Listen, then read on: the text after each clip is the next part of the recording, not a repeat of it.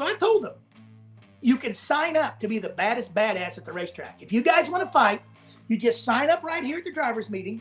I'll get with the boxing commission, and we will do it legally. You can box this old boy. And I would do it. Nobody signed up, and everybody's kind of calmed down.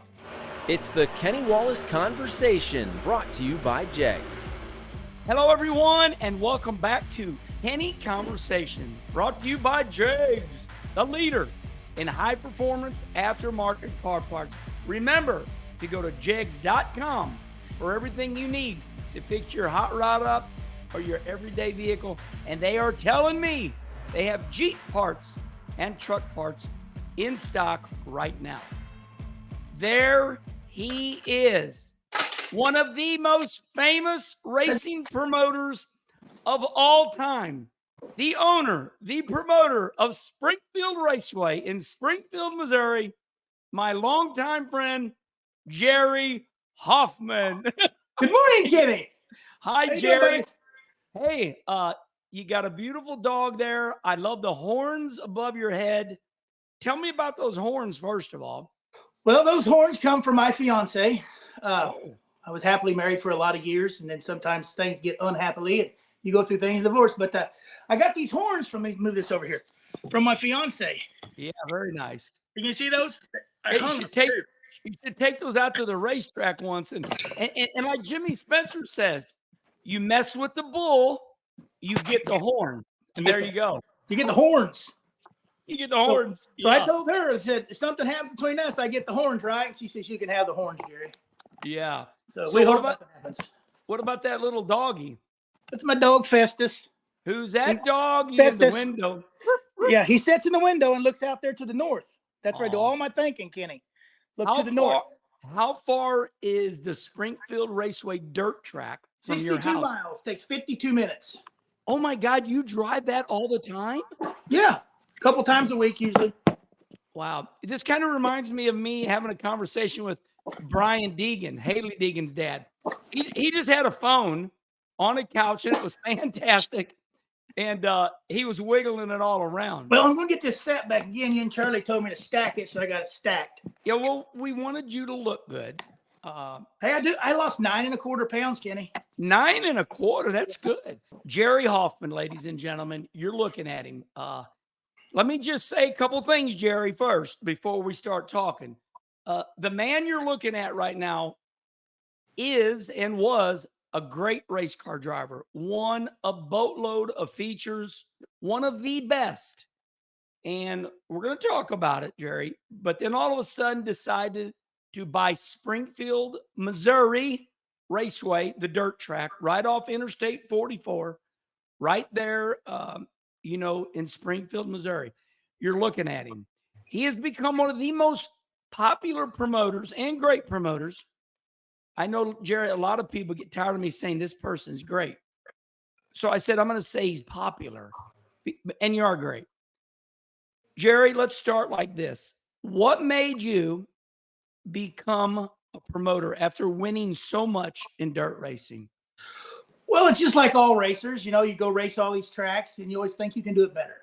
I mean, it's the armchair quarterback, Joe the plumber, and you always want to have one because it's something you love, and you want to be part of. So I had seen one was going to be coming for sale, and I talked to my buddy Doug Bland.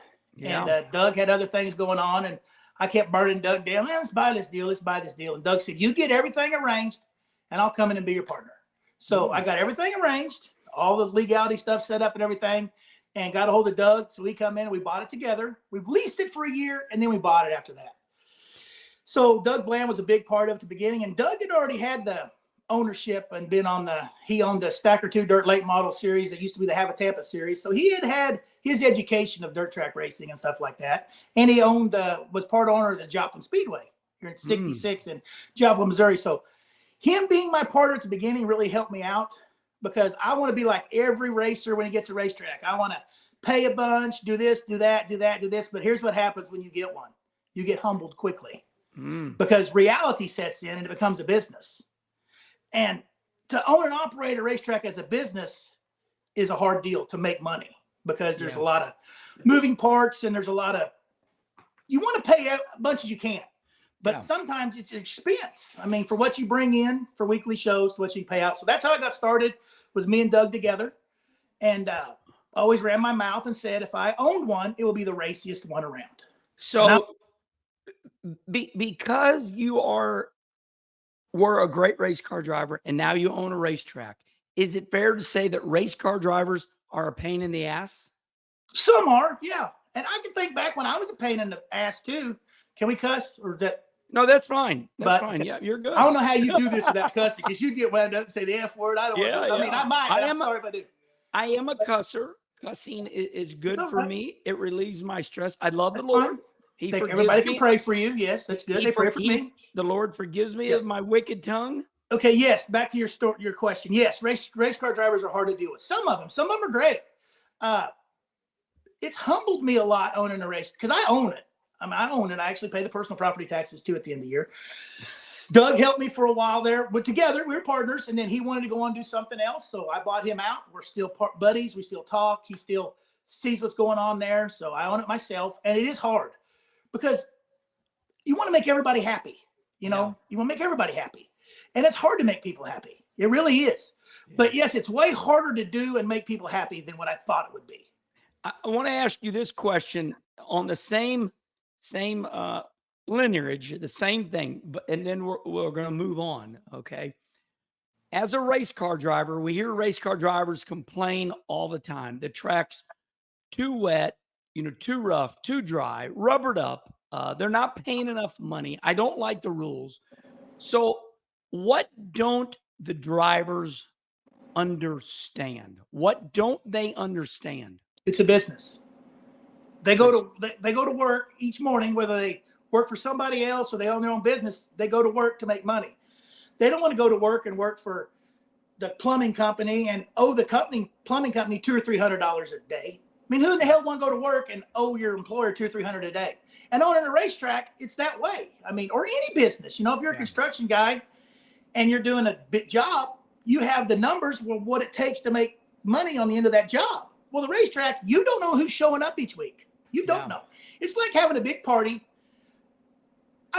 This is the 18th year, so I've got an understanding what I have on weekly and what my specials are, but still you don't know. You fight the weather. So the biggest thing the race car drivers don't understand, that I didn't understand either, it's a business. And there's a lot of work that goes into it, and you're judged. You're judged and put on social media. My road grader breaks down. Who are they going to do? They're going to laugh at me. Look, Jerry's old road grader broke down. Have a flat tire. Look, his water truck broke down. And all that's on social media. And they can all put it out there. So the hardest thing with the race car driver, they need to understand it's a business, and you have to make money, and you got to work hard at it too. You do. You really do. I mean, everybody works hard. Some works harder than others. I feel like I'm a go-getter. I'm wound up. I'm a go-getter, and I'm going to get her done. You are my brother. I calm myself down to do these Kenny conversations. So let's get this. I want to tell everybody this right now. Your marquee event in my world. So your marquee event is this November 14th, 15th, 16th, the Turkey Bowl. It's a legendary event. So many people come that we got cars everywhere. And it is a wonderful event. I just want to get that out there. His marquee event is coming up November 14th, 15th, 16th. And I love that event. Jerry, it was breaking news in the garage area about a year ago. A big company came to you because your racetrack property is right off Interstate 44. We're talking Bass Pro Shop territory. We're talking premier land. Okay. And this company came to you and they said, we're going to give you big money. We want to buy your racetrack land facility. And you became very popular for saying, you said no, because what would I do? What would I do then? Tell me about this time in your life when you were offered, $1 million or right at it, enough to retire on. It was more than that. Yeah. It was more than $1 million. I'll tell you that much right now. Millions. Millions. Yeah, it was like a digit. Yeah, it was a lot. And I get this email from this guy. I get a lot of fake emails and crap like that. We all do. Yeah. And I just delete. Kept getting the same guy. And finally, I opened it up because I was always told don't open it because you get a virus and your computer locks up. And So, and if you look at them them porn sites, you don't want to open porn site because Then you're really a porn guy. Then you're a porn guy, So I opened up. You did it one time. Did it one time when I was drunk, and I don't even drink, and now I'm labeled a porn guy. No. Yeah, right. I get it. So I opened it. You don't want to open the email, and you finally do. We did. And it's just so boy said I'm going to contact you several times. Here's my, and about the time, and this is no lie. Don't think Google, don't watch Elon Musk or whatever the heck he does, or not the Facebook. What's his name? Zuckerberg. Yeah. They're watching it. It was like a matter of 30 minutes after I opened this email, I get a damn text from the same guy, and I never replied back. He got my phone number somehow, and he's saying, I've emailed you several times, and I'm with this company, and I'd like to talk with you. I thought, what the hell just happened? I opened that email. 30 minutes later, this guy's texting me, and I never replied back nothing. Yeah, they can tell when you read it. Something's weird, but that's all right. I'm not conspiracy theorist, but sometimes there's some conspiracies that you wonder why. So I called this old boy, and I just flat asked him, how in the hell did you get my phone number? But he told me he got it from somebody else or something like that. Oh, he got it. And I said, well, I've seen your emails. And he said, is this real or what? He explained who he was, stuff like that. And he said, I'd like to make you an offer, but I want to put it formally. So he sent this contract, and they made me an offer. Okay. I thought, nah. I said, nah, that's all right. I don't want to sell. And he sent me another one back, and it got a little more in detailed.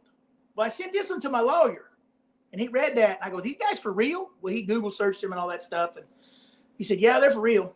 And he said, looks like you're making a pretty good offer. I told the little boy, no, I don't want to sell. But he come back with a third one. And I tell you what, Kenny, I don't drink. Well, I do. I drink one time a year, usually at my banquet at the Indigo Sky Casino down in Seneca, Missouri, for a racetrack banquet. Because I buy everybody a drink there, have a good time. I don't smoke dope. Never done dope in my life. Never done cocaine, mushrooms, acid, none of that stuff. You and I are just natural. And I don't do Ritalins either. You said one time on your interview you did Ritalin or something, but they put you on. Then your mom took you off of it. When I was a child, yes, I was on Ritalin in 5th grade, I think, and then my mom took me immediately off Ritalin. Yeah, I studied you a little bit, researched you before I let you do this interview with me. I like that. Thank you. You're a good old boy. You're a good old boy. You're good for racing. Okay, so I thought about it, and then my lawyer said, man, that's a lot of money. And he said, man, you think about that, Jerry. I thought about it, and it got me kind of goofy thinking, and I told my fiance about it. She said, ooh, you're crazy. Sell it. I said, no, I don't think I want to. So then they come up with this real official contract. I mean, it's like down to where I can't tell nobody. I can't say the company, that non-disclosure deal or whatever it is. So then I talked to the accountant, tried to do it, what it would do to do a 1031 like-kind exchange. Talked to my lawyer because I didn't want to pay a bunch of taxes if I sold it, stuff like that. Right. So I sat down Indian style over here to the north. It was late one night and the stars was out and planes was flying by. Drug-free, no alcohols, with my shorts on. Yep. And I had my Crocs on two-wheel drive, just so you know. Yeah. And I sit down in the grass and I thought, man, I'm getting ready to have this but I told him if I would do it, it would have to be a year. Because I thought about it. I'd have to own the track for a year. But I'm going to get ready to have this turkey bowl. And how much of it? I felt like a chicken shit. To have this turkey bowl and know it's going to be the last turkey bowl at the track. And I'm going to sell it and shut it down. Yeah. And something hit me. The next morning, I just called him. I said, no, I don't want to sell it. Just decided not to. He said, well, we'd like to leave our offer. And if you ever do like to sell, get in contact with us.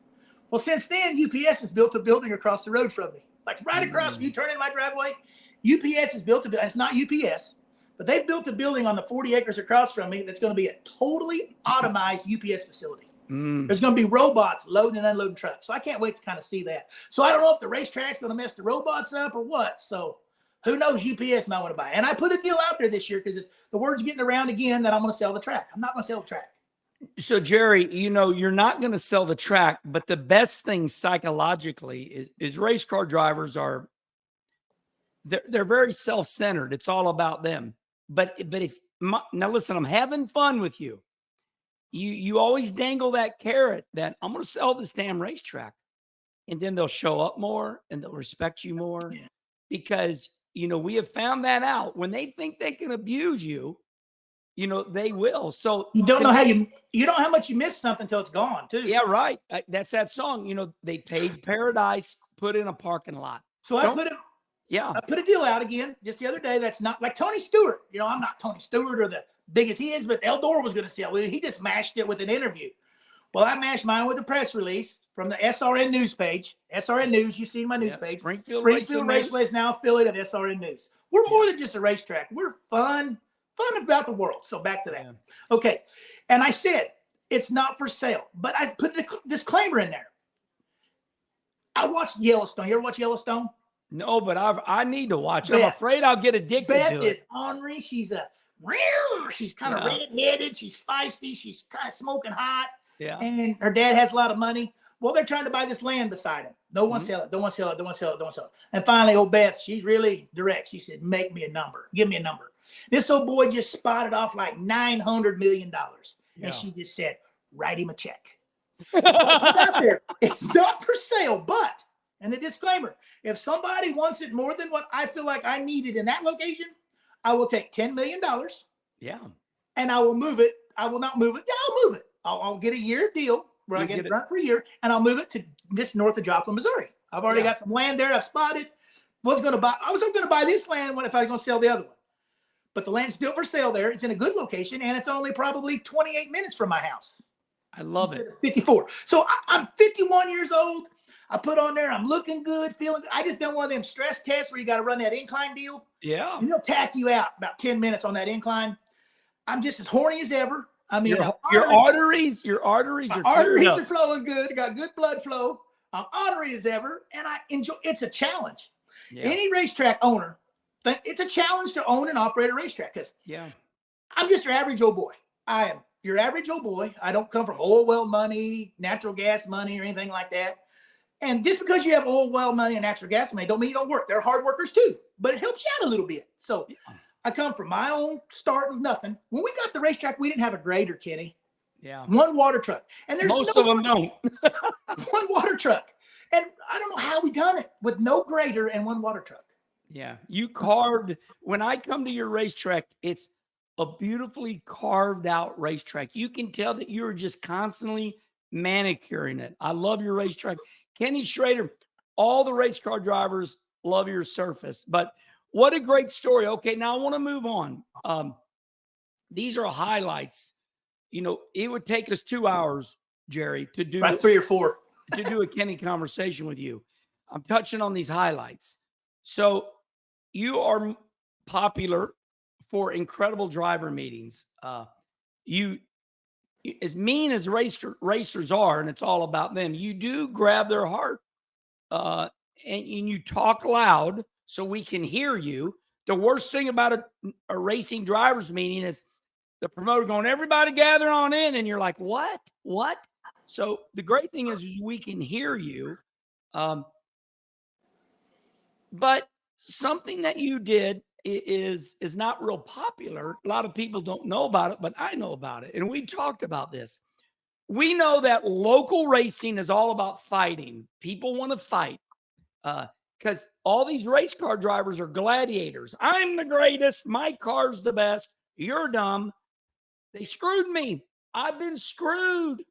So that driver walks down to the other driver and wants to fight him and show, I'm a man. I'm going to beat you up. You watched one of your drivers go down to another driver's pit, and he came back with something he didn't expect. Don't go down to another man's pit. Tell me your philosophy on fighting at the Springfield Raceway. There's a place for it. Go ahead. There's a place for it. I mean, we're not a boxing match. I mean, we're not. Yeah. And just, you brought this up, and it goes back to when I raced. I had a trouble with a guy, and he was mouthing me. I was mouthing him. He crashed me, and I told him next time I'm going to turn him over, and then I'm going to beat his ass after I turn him over. Yeah. So they told me not to be like that. So what I did is I took caution tape, that yellow crime scene tape, and I put it around my pits. So they knew where my territory was. And I told him, if he comes in there, I'm going to whoop his ass. Right. And I told the track, if he comes, that's just the way it's going to be. So I always felt like, don't go to nobody's pits. Life's going to come. Sun's going to come up tomorrow on that racetrack. It's competition. You're running hard. They're running hard. Some guys' cars don't work as good as others, and they're battling that damn car all the time anyway. And they don't mean to hit somebody. But if you go to somebody's pits at my place and a fight breaks out, you're going to be the one thrown out. But one old boy went down there, and he got his eyes dotted. I mean, that old boy blacked both of his eyes, and he come bitching to me. I said, hey, you're the one that went down there. You should have never went down there. But you brought that up a month ago. I had 2 or 3 little incidents where the guys over on the west side of town is what Springfield is known as for the racetrack is, the West Siders. Well, I tell people my dirt track is located on the other side of I-44, not the west side. Even though it is the west side, I call it the other side. Yeah. Well, a couple guys, they think they're badasses. They think they're part of some big gang or something. They want to protect their brothers, and then stuff happens. And I don't want to see nothing like that happen because it's a family-oriented place. We have a lot of kids there. Mom and dad's there. Grandma and grandpa's there. Let's have fun. So I told them, you can sign up to be the baddest badass at the racetrack. If you guys want to fight, you just sign up right here at the driver's meeting. I'll get with the boxing commission, and we will do it legally. You can box this old boy. And I would do it. Nobody signed up, and everybody's kind of calmed down. Yeah, I want to say something to everybody that's watching this. He's not crazy. He's like me. He's a brilliant man. I'm smart. And we have this thing inside of us, hyperactivity, and we go. And people think we're crazy, but we're brilliant. I just wanted to make that disclaimer out there. The man you're looking at right now has one of the most successful dirt tracks in America. Everybody loves it. Kenny Schrader's, if he lived there, he'd race there every day. He loves your racetrack. Let's move on just a little bit. I told you this was going to be 20 minutes because it's catching up with Jerry Hoffman. We're not doing a life story. We've already touched on the things I want to know, but I guess inquiring minds want to know is, how are you dealing with this new dirt racing world where everybody's watching on Flow, everybody's watching on Dirt Vision? Has it taken people out of your grandstands? What are you seeing in this new era of dirt racing where we don't need to go to the racetrack? We're just going to watch it. It's a double-edged sword. No disrespect to Flow. I like Flow. Rigsby and them guys. Is it Rigsby that's the Flow guy? Yep. Ain't it Rigsby? Yeah, Michael Rigsby. Mike Rigsby. I don't know him. I look up to him. He's a good announcer, and I'd like to have been an announcer sometime. I'd really like to have been a gynecologist, but on a dirt track instead. So maybe a gynecologist deal. You'd get tired of it. You'd get tired. But you'd bring your wife. If you knew I was a gynecologist, you'd for 100% bring your wife. Okay, we better stop on that. We'll do that. But hold on. No, the streaming. Yeah, but Michael Rigsby said, I watched all these great, we had a conversation with Michael Rigsby and Flo. And, he said, I got tired of looking at all these great drivers and nobody knew about them. So I put them on TV. It's double-edged sword. Okay, go ahead. It's good for their business, and it's good for the national level. Yeah. It's causing, they can't pay $75,000, $50,000, $100,000 without that national deal. Me sitting here in my underwear watching Flow. $150 a year. Yeah, $150 is cheap. That's $300 cheap. For Dirt Vision. Yeah, that's cheap. And it's a good fair price. I don't say it's too cheap. I don't want to raise it, but it works nice. I like it. Good price. I watch it. But it's hurt the weekly racing. Here's why. Before, to find out what went on at the racetrack, you had to go. You had to go to your weekly dirt track to find out, to watch your heroes race. There's no heroes anymore like there used to be. Years ago, when I used to go to Nevada Speedway, there was Ron Bolin. I don't know if you remember him, short track racer, give me 3 steps around the back of his race car, wide open, late model driver, backer in, start at the back of the field every night. Top point man started at the back. Weekly racing. That's what needs to happen. Every dirt track on weekly racing needs to start top man to the back. Become a hero. Become a star. Pass people. We line all these guys up on the front on weekly racing and just sign them on, and they win. Yeah. It hurts weekly racing. It really does. I'm not talking about a participation trophy, but weekly racing is built off that. Yeah. Okay, now back to the Flow deal. Or not Flow, the streaming app. Here's what's hurt weekly racing. You know what's going on by watching every Monday, Tuesday, Wednesday. Like this weekend, there's all kinds of stuff going on. Yeah. And then you can watch their YouTube channel. Chase Holland Racing. He's got a great YouTube deal. Hunt the Front guys. They've made good business out of what they do. So you can keep up with that. Why go to your weekly dirt track? Those weekly fans are true, hardcore weekly fans. They really do. Your birthday at my track, I try to let all my weekly fans in for free one night. Your birthday, you get in for free at Springfield Raceway. And if your birthday's in the off season, I have a date for you to get in free. Because I feel like it's cool to do something for somebody's birthday. Because my mom and dad always made mine special when I was a kid growing up. Boys got to play football, big party and stuff. So I share that on. Because used to, on your birthday, you go eat for free. I think now you get a dessert. Yeah. You know, it's Bidenomics. Bidenomics. But Well, no disrespect to Joe, but yeah, Trump needs back in. Quick. Okay. I agree. So it's hurt the weekly racing. And those fans that come, man, my hat's off to them. I thank you for supporting my old dirt track. I really do. Because it takes your money, your time, and people are we have SpringfieldRaceway.tv. But my SpringfieldRaceway.tv is good for me I watch film, Kenny. I watch my film after the races to see how the track was good here, what happened the year before on my big events. And the drivers can watch the replays. So I don't want to mouth and be part of it because I am part of it with SpringfieldRaceway.tv. Well, you do have to stay up with the times. You got to do what you can do to survive. I understand that. Okay, let's move forward a little bit. You got any more to say about that? No, it's a double-edged sword. You can't dog them. It's good and bad. Yeah, I use it too, but I don't know what's going to happen with it. I really don't, because there's a lot of tracks that's hurting. Really, they are. And right. You can't blame it all on that, though. You can't blame it all on that. Okay, so this one I'm going to catch you off guard with. I race UMP, United Midwest Promotion, and I live south of St. Louis, and I want to come race at your racetrack, but I can't because you have a different set of rules, which I totally understand, and you're right. So I have a UMP car because every single racetrack around me is called UMP. My rules are my rules. Now, your rules are your rules, and then you go a little north, and they got USARA, USMTS, and then IMCA and UMP, and all these cars look identical. So for the fan, I don't see any different. It's a modified. Oh, you say, okay, come on in here. Let me show you the differences. So I can't run your racetrack, but you have the Turkey Bowl coming up, and I want to come run that race. Now, they're trying to test the waters. They just had a big $100,000 to win. Cade Dillard won it, and they all raced together, all of them, all the divisions.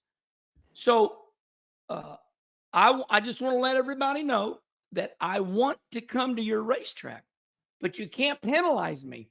You cannot favor IMCA. You can't favor your boys.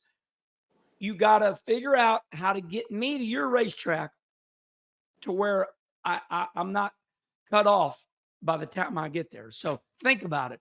For 12 years, we've been doing that, Kenny. The Turkey Bowl. I know For that. 12 years, we combined all of our rules together.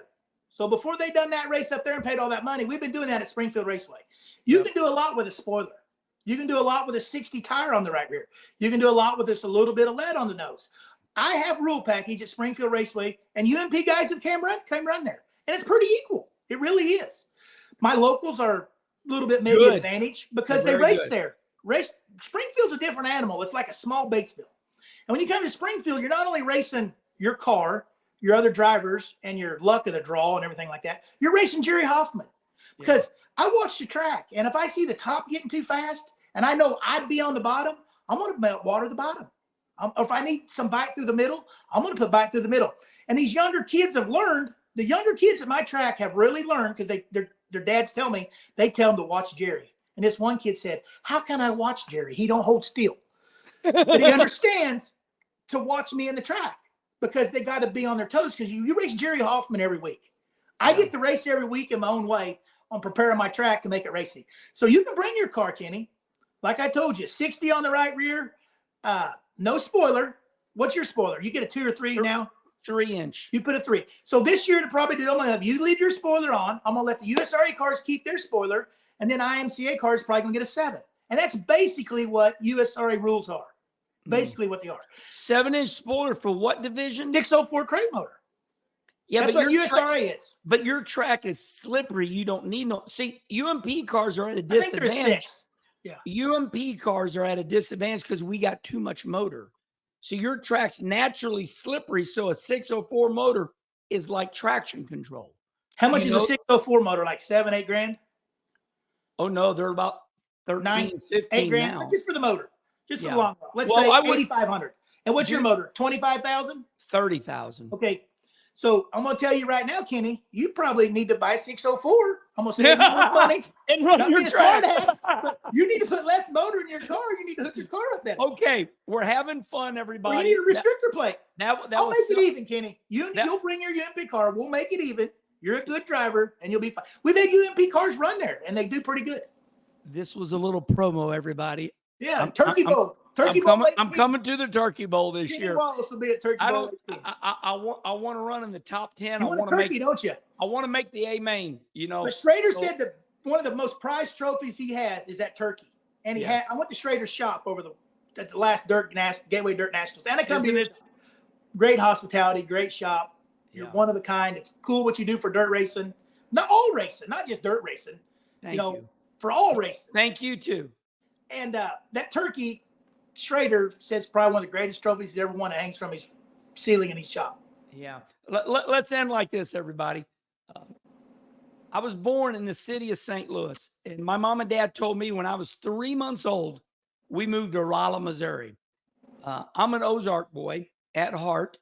I love Rolla, Missouri. I love West Plains. I love Fort Leonard Wood, Springfield, the home of the great Larry Phillips. Where Jerry's track is, emotionally, those are my real stomping grounds that I grew up around. It does pain me that I can't. I need to build a car so I can come up there and race those boys and fight with them. Would you get 6th or 7th one year when you drove my car? Was it? Oh God! Hey, let me brag on myself a little bit. No yellows. So, what was that? What was that number 88's name? What was that guy's name? Chad Wheeler's. It was my car. Yes. Chad Wheeler took it to Vegas as an A mod, and then ran IMCA with it. And then you didn't think it would compete. I said, Kenny, it will compete. You started tailback the heat race, no yellows, ran 2nd or 3rd. That puts you in the B because we had so many cars. You and Terry Beckham with the open USMTS car had a heck of a race. Hold on. Right there. I had a B mod with a 604 crate. It was my B mod. I turned it into a B mod. I outran a USMTS straight up 60, 70 cars there, and I run 6th in the A main. You covered like 18 because you won the B, and you was right around the bottom. I mean, it was good. Your car was good. That's a Hoffman car, by the way, with Kenny Wallace driving it. Yeah. Okay, back to whatever you used to do. Well, that is a perfect example of the 604 crate. What was it? An IMCA car? IMCA. It was an A mod. It was an IMCA mod. We went to the duel in the desert with it. I ran it as a B mod at Super Nationals. I'm going to trust. Do you got a picture of that car? Not right now, but okay. Charlie Marlowe. We're going to drop the picture of that red number 88 right here, right now. And I want everybody to know that was an old crate car. No, I'll have to send it to you. Yeah, you're hot when you have your hand up like that. Yeah, you're going to send it to Charlie. Charlie's dropped it in here. Everybody's looking at it. And I outran. That car was so fast. 06, 04 crate motor, just a popping and a banging, hitting the rev chip, outrunning. Now, no, that's not the end of the story. The story is I come from deep in the field in the A main. 18th, you passed a lot of cars. But here's the deal. You had less motor than them, Kenny. Hint, hint. You don't need a lot of motor to race. Well, I know that. So detune your car. And you have a Hoffman car, right? It's the other Hoffman. We're not related. I do have a Nick Hoffman. So Nick's going to have to get you hooked up a little better, which I'd say he could, or we're going to detune your motor just a little bit. Do you run a restrictor plate from time to time? Yes, I can handle that. Okay, everybody, listen. We are in podcast form. We are on iTunes and Spotify. You can listen to this fun catching up with Jerry Hoffman. Can I say one thing before you close? Yes, sir. Go to YouTube and like and subscribe to my YouTube channel, Springfield Raceway. We're close to getting monetized. Our Facebook page is monetized. We got SRN News now, but we're just this close to getting monetized on our YouTube channel. Please subscribe to my YouTube channel, Springfield Raceway. Thank you. I love it. Okay, we are on Spotify and iTunes. You can listen to Jerry on your way to work, listen to him on the way home, and we know that this could be a 3-hour conversation, but 4. Easily. All right, everybody. Jerry, I'll see you at the Turkey Bowl. We've announced it right here, and I'm coming down there full of love. I'm a Rolla, Missouri boy, so everybody be nice to me. Dad raced at Springfield Fairgrounds, Ozark Empire Fairgrounds, West Plains, Fort Leonard Wood, so I don't want to hear about it. That's my territory. I was there before all of you, so therefore I win. Thank you, Kenny. See you later, everybody. See you later, buddy.